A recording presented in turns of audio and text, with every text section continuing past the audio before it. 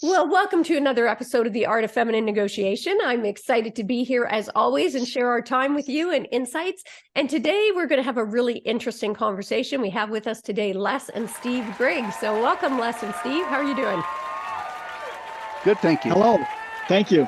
Glad to be here. And we're going to be talking about rags to riches, how a family negotiated one of America's most iconic food products. And for those of you who don't know, Leslie and Steve Grigg are co-founder of the Grigg Tater Tots Legacy Foundation. I'm sure everybody, unless you are like really young, have heard of Tater Tots. And Leslie found his passion in the financial markets and never thought he'd do anything else in life. But a call came from CBS one CBS Monday morning in 2018, asking him to assist to provide some history for a show they were doing in praise of tater tots. And he realized that his legacy and passion was to promote and preserve the family legacy. And Steve Grigg earned a BFA in graphic design at Brigham Young University and spent 46 years working as a creative director and art director in Salt Lake City before he also decided that this legacy keeping was a really important piece. So almost everybody, I'm sure, has heard of Tater Tots. And I know the sort of parent company, or IDA, was founded in 1952, but the iconic tater tots, as I understand it, weren't invented until 53. So tell us about the creation of the famous tater tot so we can put everybody's mind at ease with that elephant in the room right out of the gate. Well, my father and his brother Golden, as you said, a rags to riches kind of a story. They started way back in the 40s selling, if you can believe it, selling corn to farmers. Yeah. like selling refrigerators to the Eskimos, as we say. But they were enterprising and very, very anxious to make a mark in the world, I believe. And so they would pick sweet corn in the evening. The temperature and conditions in eastern Oregon and southwest Idaho were great for. They had very cool evenings, and so they would pick that sweet corn in the evening and keep it in cold water and then sell it the next day. So it was fresh. And so we can visit as much of that as you want, but eventually they negotiated their way into there was a food processing plant built in Ontario, Oregon. That's the city that my father was from, and the founding city of Ore-Ida. And there was their sweet corn production had become very, very big. And because sweet corn was only on part of the year, it had a limited season, they needed something to keep them going throughout the year. And the other thing, being farmers, the other thing they understood was potatoes. Yeah. And it just so happened that in Ontario, there was a food processing plant that was there, but it did not flourish. And so being of small means, my father and his brother, I guess we could use the term negotiated, but they realized that they could build something great, not just for themselves, but for the people of Ontario. Yeah. And so they were very mindful of their surroundings. And so when they had an opportunity to go bid on this processing plant, it was a big place. Yeah. They didn't have enough money to do that, and so they relied on the local farmers growing produce, pledging their produce to the banks for money, business individuals. So it really was a community effort that made it possible for them to bid on this processing plant and get it. And so the first product they produced were French fries. They had potatoes, and they figured out a way. One of the reasons the banks wouldn't lend them money is because they said, well, you can't freeze potatoes. They turn brown. But my father and Golden and others figured out a way to blanch, to blanch the potatoes, which pulled out all the things that make potatoes turn brown, and then they could freeze them. And so they started making French fries. French fries are very popular, and as we all know, potatoes are round, French fries are square, and they had leftovers. They had little shavings left over, which they were selling to a local cattle rancher, to supplement the feed. And my father was a Depression, grew up in the Depression, and grew up after World War II. They just hated to see something. I mean, these were good potatoes. Yeah. These were, Yeah, you know, they'd hate to see it go to waste for sure. absolutely. 5 minutes before they were high quality potatoes. Now they're cattle feed. And Yeah. he just, they put their heads together and tried to figure out a way to do something. And so they had a test kitchen there at the plant, and they would, do different things. And they realized that if they could make a glop, if you will, with those shavings and some seasoning and a little cornstarch, and then they actually pushed they had this board called, it was full of holes. Do you have a picture of that, or do you have one of those, Les? This is what Okay. can you see that? Pull it back just a little bit. There we A little go. bit. Anyway, they had this board of plywood, and they drilled different size holes in it. And my dad would push that glop through those holes, and my uncle would cut them off, and they would fry them up in hot oil, and they would practice, and they kind of came up with the formula for this product. And they thought that was great. In fact, in the company, as this was being done, they had a little competition within the company to name this new product. And it was a lady named Clora Leigh Orton who came up with the winning name, Yeah. which was, Tater for potatoes. That was Yeah. common.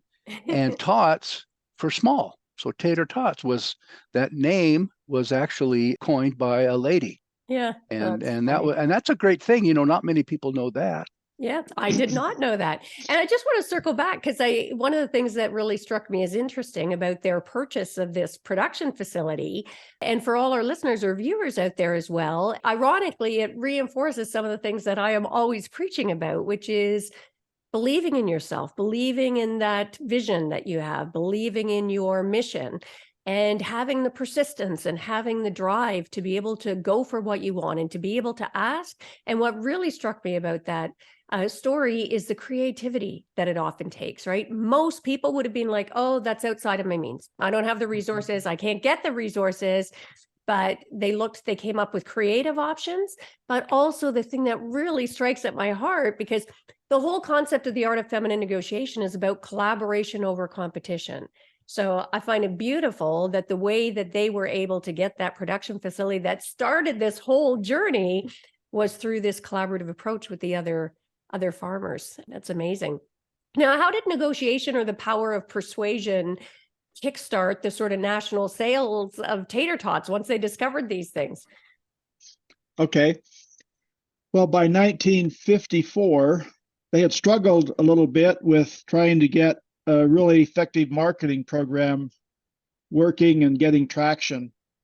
And it so happened that in 1954 in Miami, Florida, the Fontainebleau restaurant, and I've heard different names. Some have said it was a National Distributors Association. Some said it was National Potato Growers Association. We've never taken time to figure out who it was. Yeah. But they were having their national convention.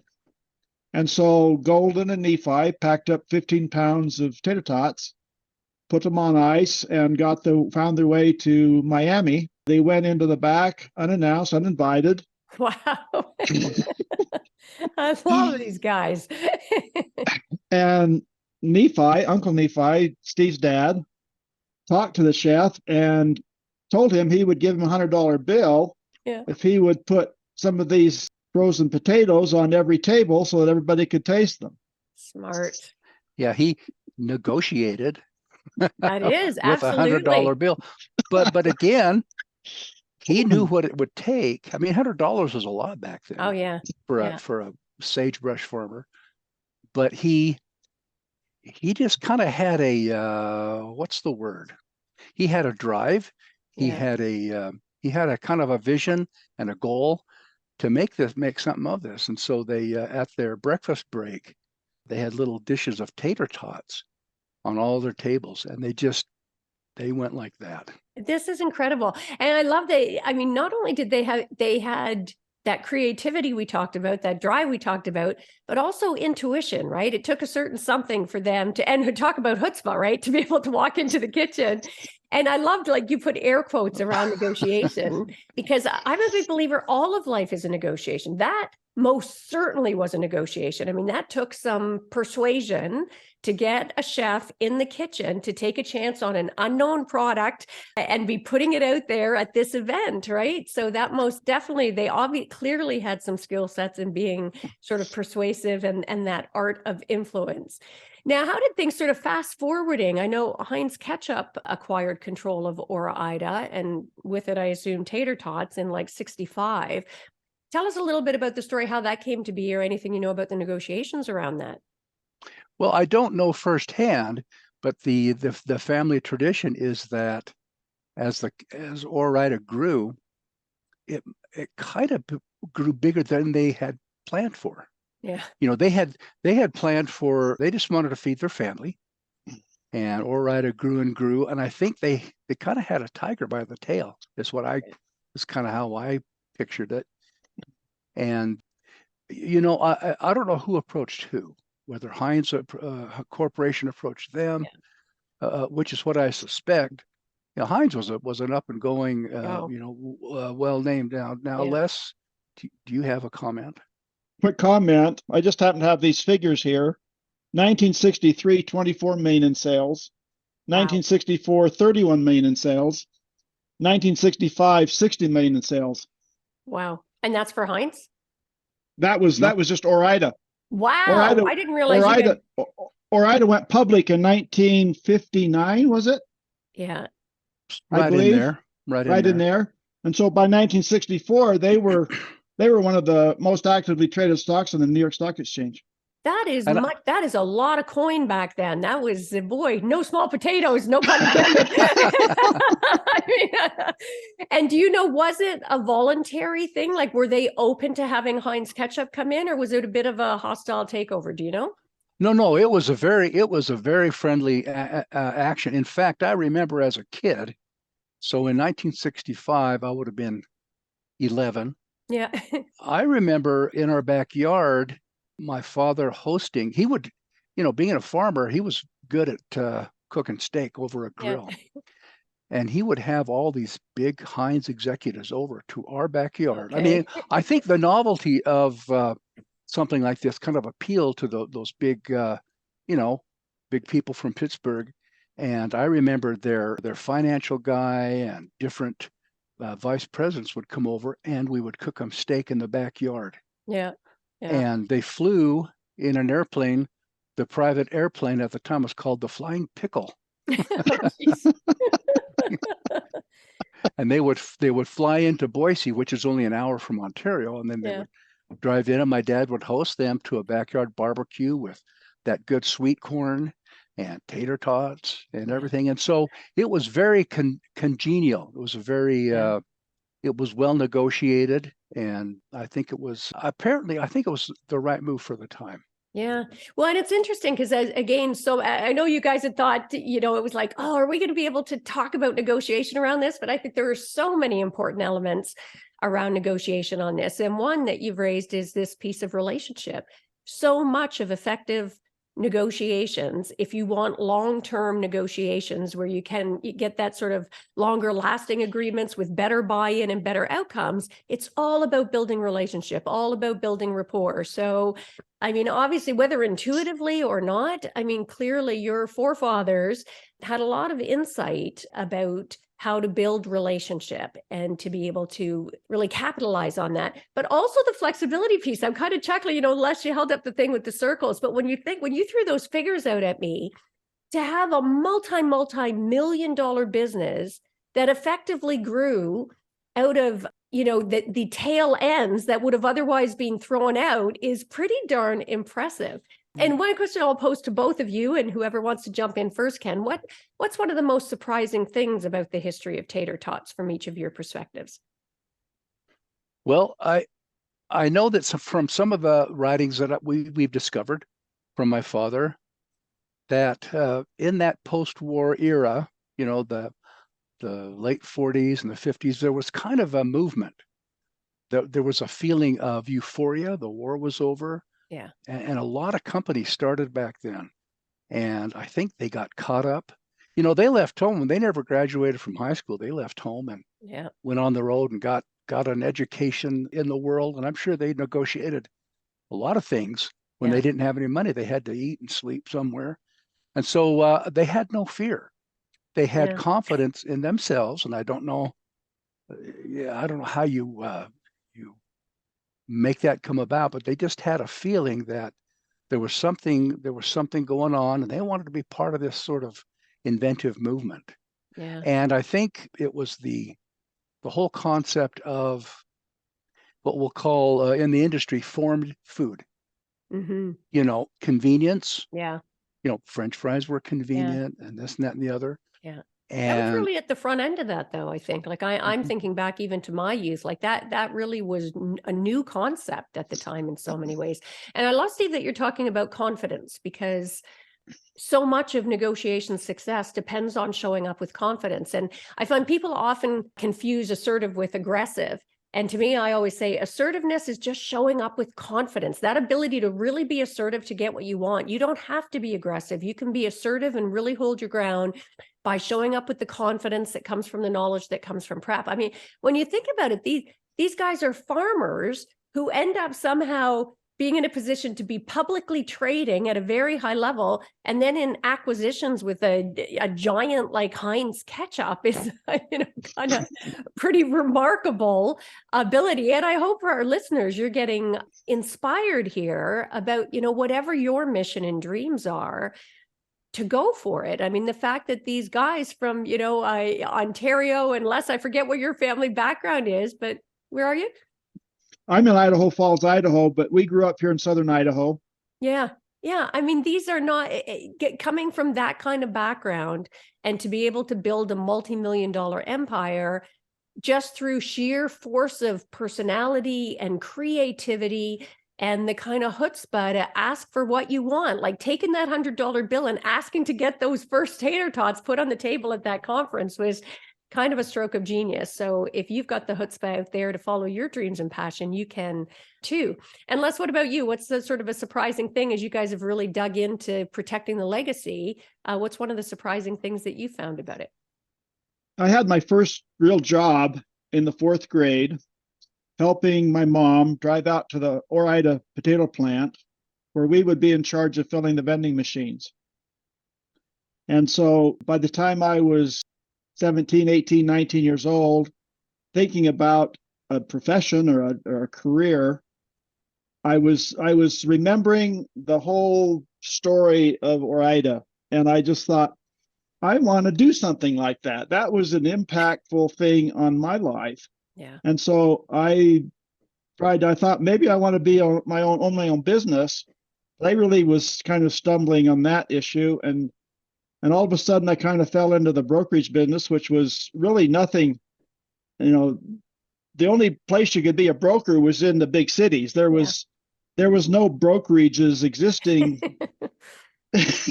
anywhere in the towns. Yeah. And so I was in Utah and had an opportunity there to interview and join a company that was called E.F. Hutton. But the whole tater tot, to me, formed my mindset that helped me to create or find my passion, which was the stock market. Yeah, I love that. And passion is so important, right? I think and most of us go through life just doing what's expected of us and following paths that are expected, as opposed to truly following a sense of purpose or passion or bigger mission, and however that shows up for you.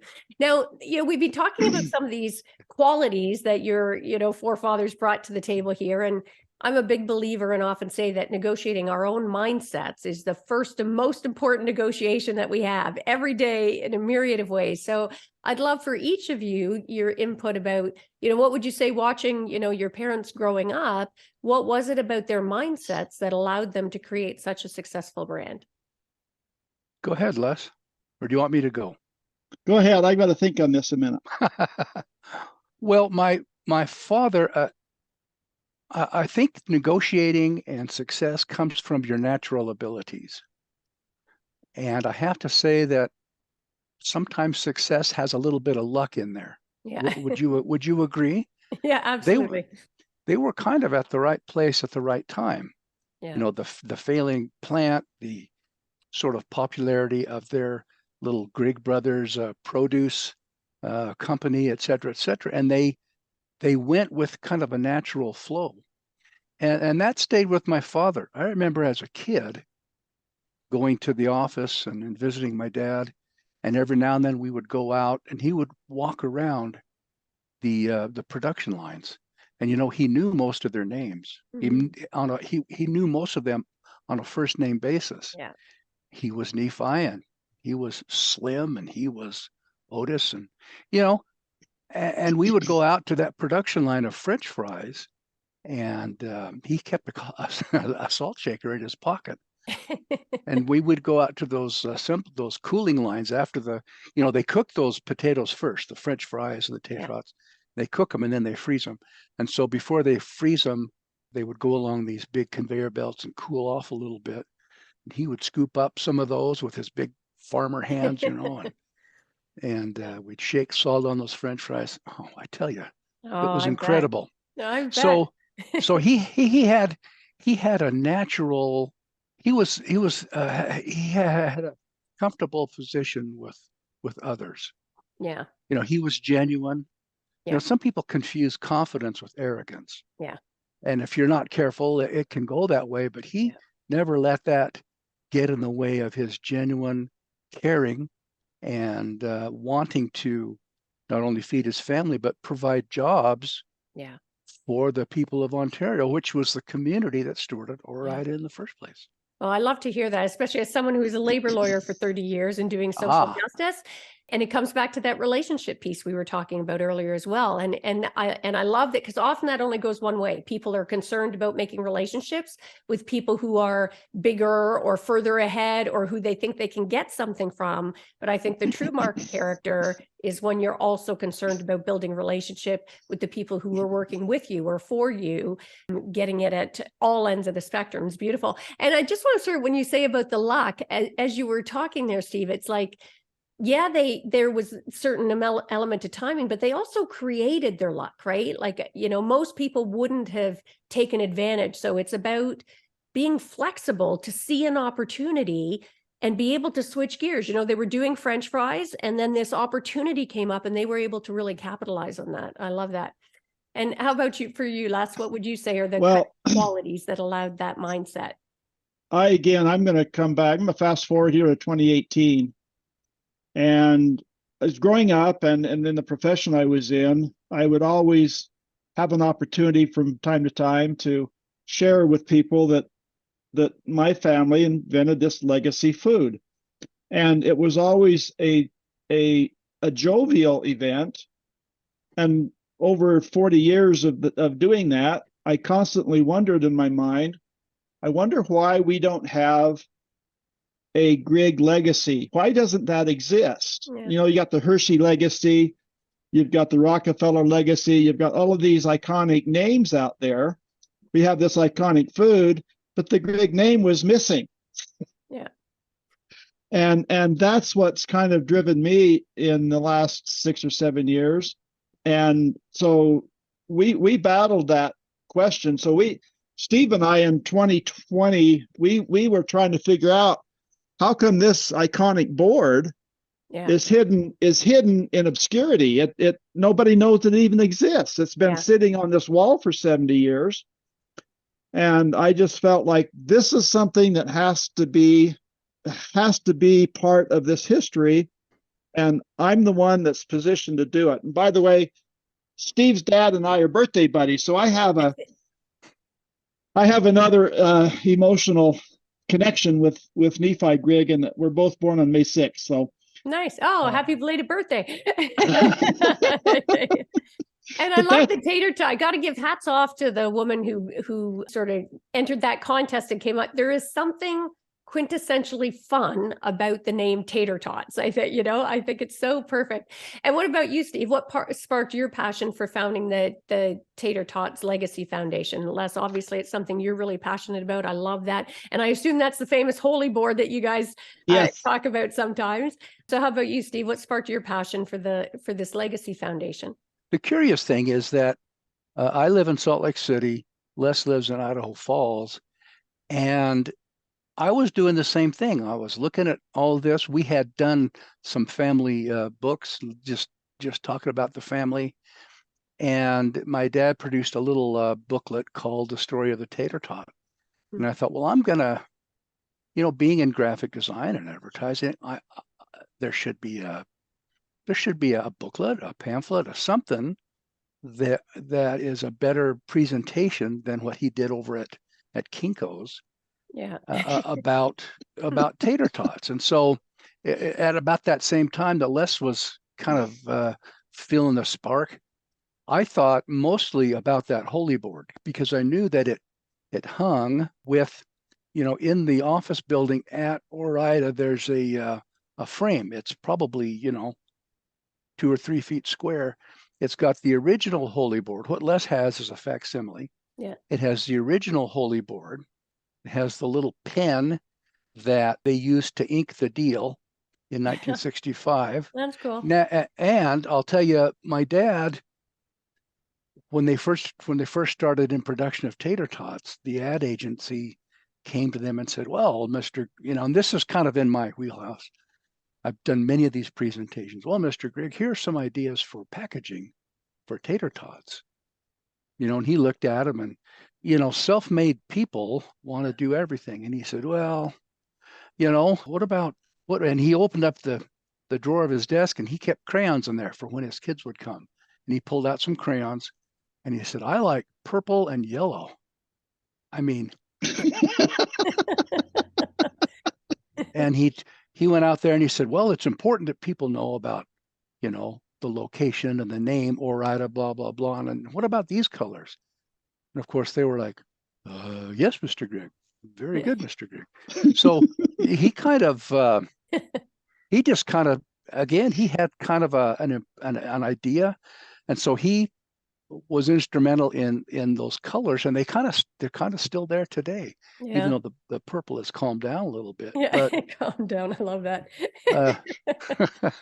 So it was about, so as I was thinking about making a booklet, some sort of a publication officially about Tater Tots, that I began being interested in this holy board. And I thought, I don't want that.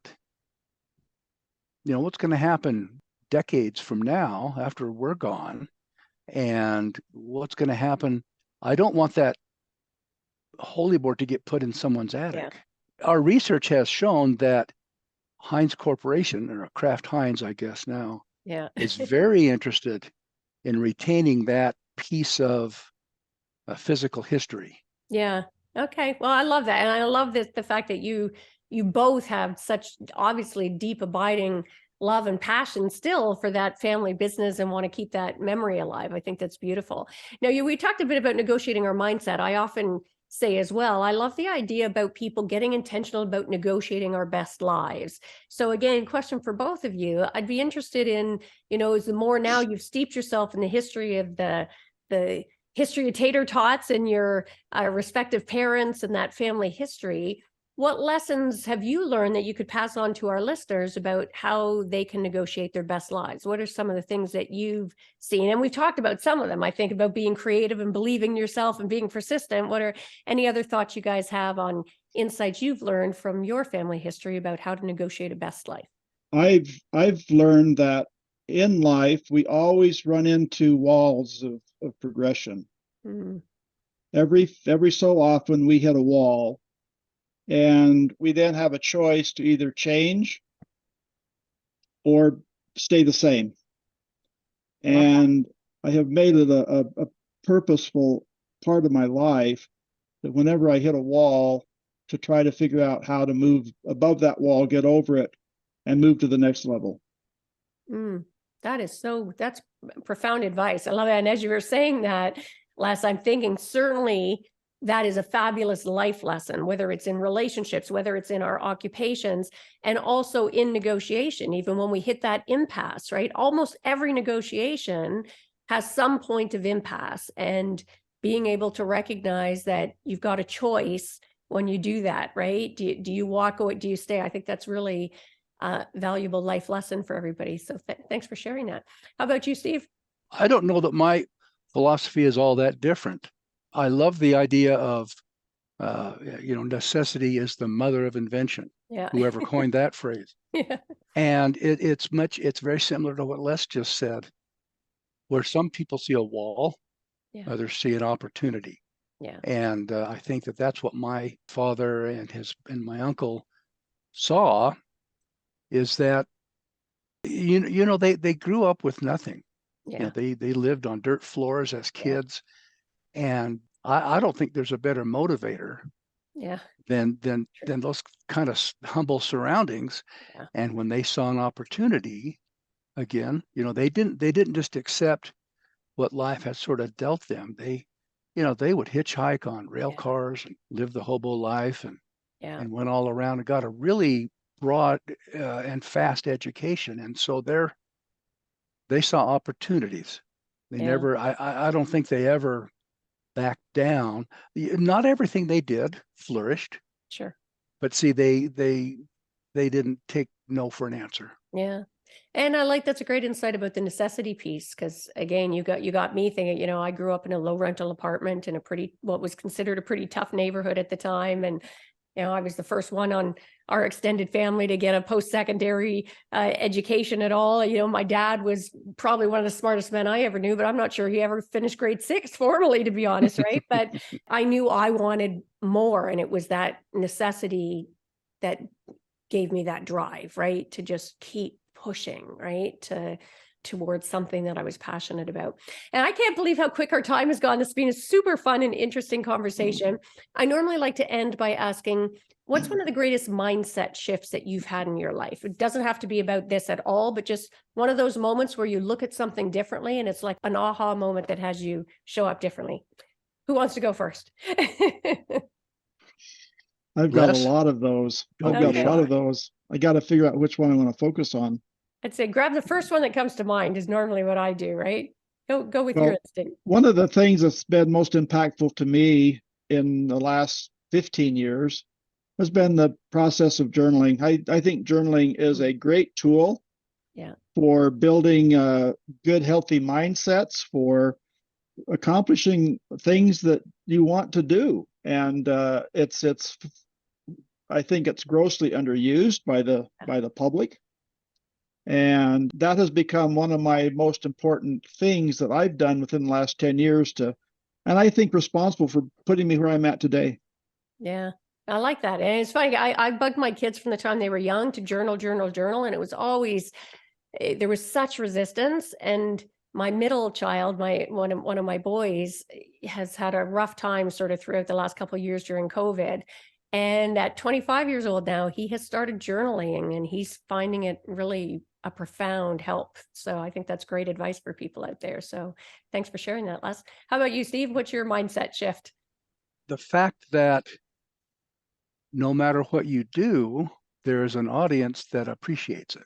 Oh, yes. See, in advertising, there's a difference between fine art, where you paint what you want, and devil may care, that's your art, that's your passion. But in the commercial field, you have to be able to balance, and I've had to be able to balance what I think is good design, good concepts, with what will actually sell. Yeah. And so my creativity is tempered by the commercial side, which sounds kind of crass, but it's a fact. It's a fact of life. But I've made my career a successful career, learning how, again, not being daunted by restrictions and strategies, but by figuring out how to function within those limitations. And I think that to me, that's been a really fun challenge. And so I realized that sometimes limitations make you more creative. Yeah.